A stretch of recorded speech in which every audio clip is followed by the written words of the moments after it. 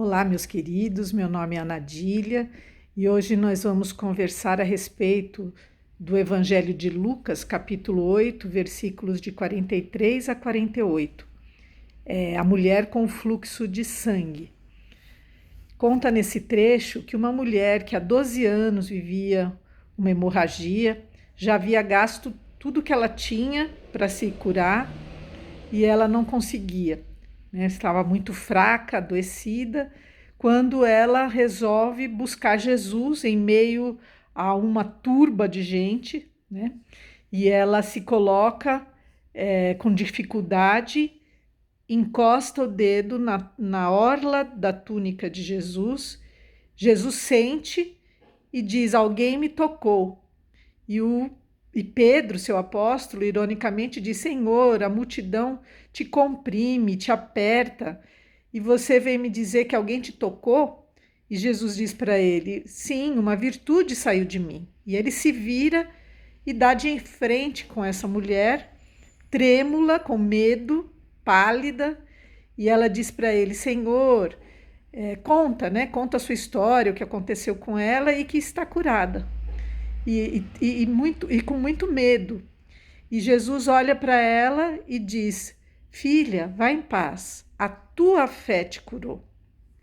Essa passagem é muito bonita porque quem de nós, né, não atravessa momentos de sofrimento que se arrastam às vezes por muito tempo? E a beleza dessa passagem, primeiro, é a gente lembrar que foi escrita essa passagem na Palestina do primeiro século, onde haviam regras na época que nós desconhecemos. Por exemplo, o fato de uma mulher sofrer de hemorragia, para a época, era algo que a tornava impura, assim como tocar em qualquer um que sangrasse, né?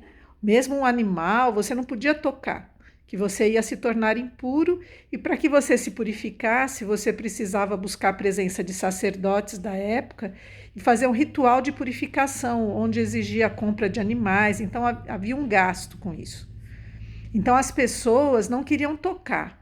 Então é mais ou menos o que a gente vive hoje em relação à pandemia, né, o Covid. Quando a gente sabe que alguém está com Covid, a gente não quer tocar, a gente não quer se contaminar com isso.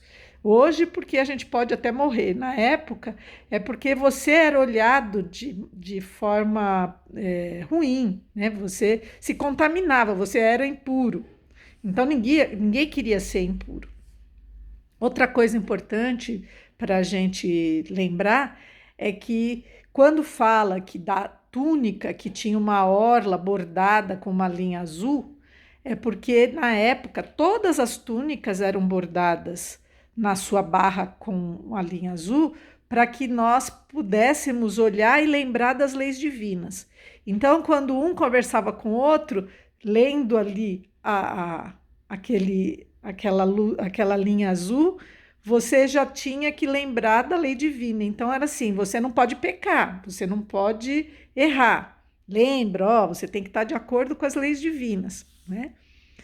Então, essa mulher, quando ela resolve encontrar com Jesus, a gente tem que lembrar da dor dessa mulher, que são 12 anos vivendo uma intensa solidão, uma angústia muito grande, um frio, um vazio muito grande, onde ela usou de todos os recursos que ela tinha. Então ela se movimentou achando que ela ia conseguir, com o poder do dinheiro, vencer isso, e ela não conseguiu.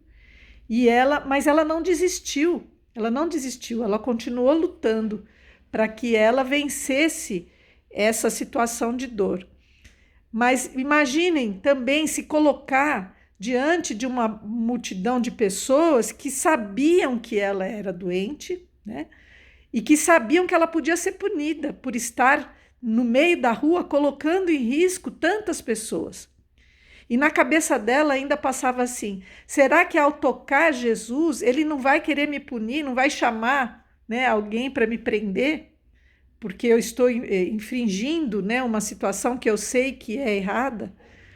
Mas ela não teve medo, ela se lançou porque ela estava em conformidade com as leis divinas dentro dela, né?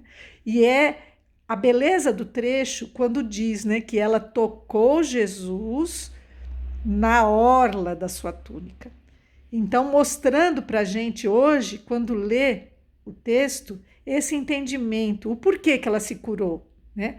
Porque ela queria mostrar que por dentro ela estava renovada, o seu interior estava renovado, né, em Deus.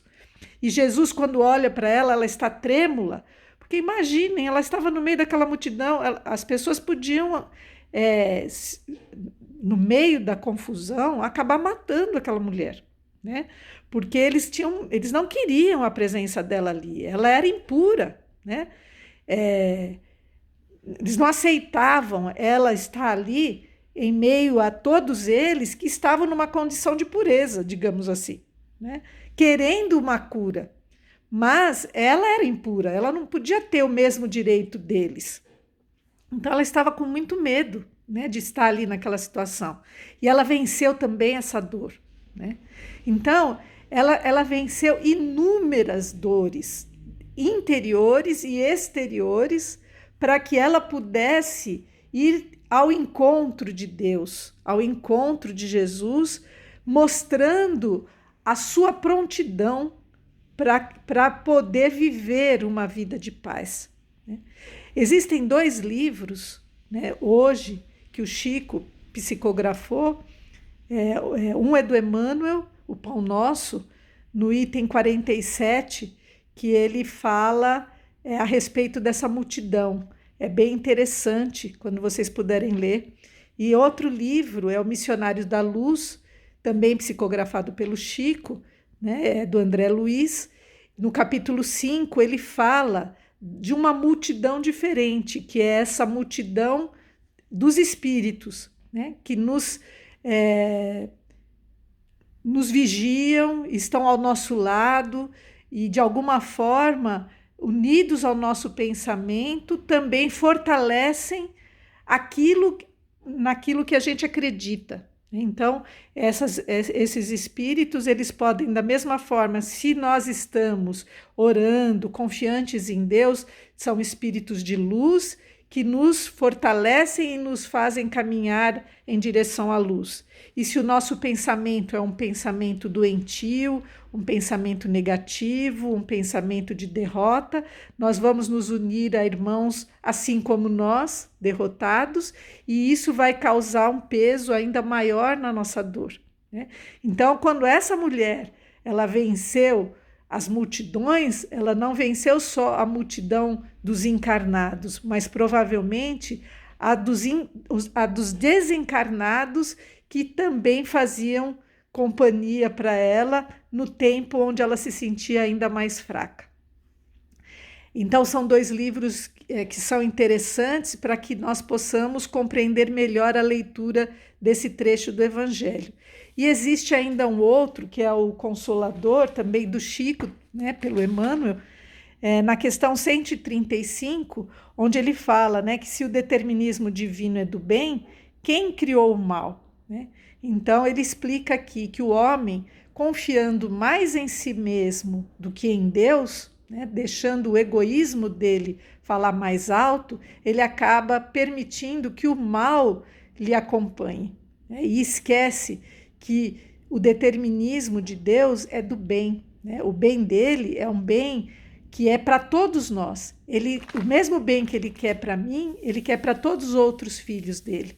Então não haverá nada que eu possa fazer na minha vida que, se atingir o meu próximo de forma negativa, que vai me fazer feliz, né? Posso me iludir por um tempo com isso, mas em breve eu vou verificar que não, né? Que eu preciso sempre criar o bem de uma forma que esse bem que seja para mim possa alcançar também meu próximo, né? E essa mulher, ela vivenciou tudo isso, né? Quando ela se arriscou e arriscou o outro, né, com a sua presença para se colocar diante de Jesus, ela fez isso pensando no bem, pensando em mostrar, né, como se deve agir quando você quer se curar, né, que você tem que estar com pensamentos todos voltados para o amor, você tem que estar voltado sempre para que este bem alcance a maioria, né? Nós precisamos acreditar que os nossos dias haverão de ser cada dia melhor quando nós acreditarmos nesse amor que pode nos envolver a todos, né? Que esse bem ele é feito para todos nós, não para alguns, para que uma minoria seja feliz. Então, que possamos hoje nós, com a leitura dessa passagem do Evangelho, fortalecer aquilo que ainda é dor dentro de nós e aproveitarmos esse momento de pandemia, onde nós precisamos muitas vezes estar isolados, né, para olhar para dentro, né, e buscar dentro de nós, junto a Deus, porque Deus está conosco o tempo todo. Então, quando Ele está conosco, quando nós estamos fazendo movimentos corretos para o bem, Ele vai impulsionar para que a gente consiga dar passos largos e chegar mais rápido nessa direção. E quando nós estivermos num caminho que não é o correto, Ele também está conosco, mas Ele está conosco trabalhando em nós as nossas dificuldades, nos lembrando, nos alertando, olha, aí não, né? E aí dá aquela dorzinha no coração e a gente percebe que não é bem esse o caminho que eu devo escolher. Então ele está ali nos auxiliando a formatar uma situação melhor, a preparar uma palavra melhor, a saber ouvir no momento certo, a recolher, né? A se colocar numa situação mais interna para se preparar melhor para depois avançar. Nem que isso leve 12 anos, como aconteceu com a nossa irmã do Evangelho, né? O tempo não importa, nós somos espíritos imortais e todos a caminho da luz. Que possamos, meus irmãos, fazer brilhar a nossa luz a cada segundo vivenciados aqui na Terra. Que Deus nos abençoe a todos.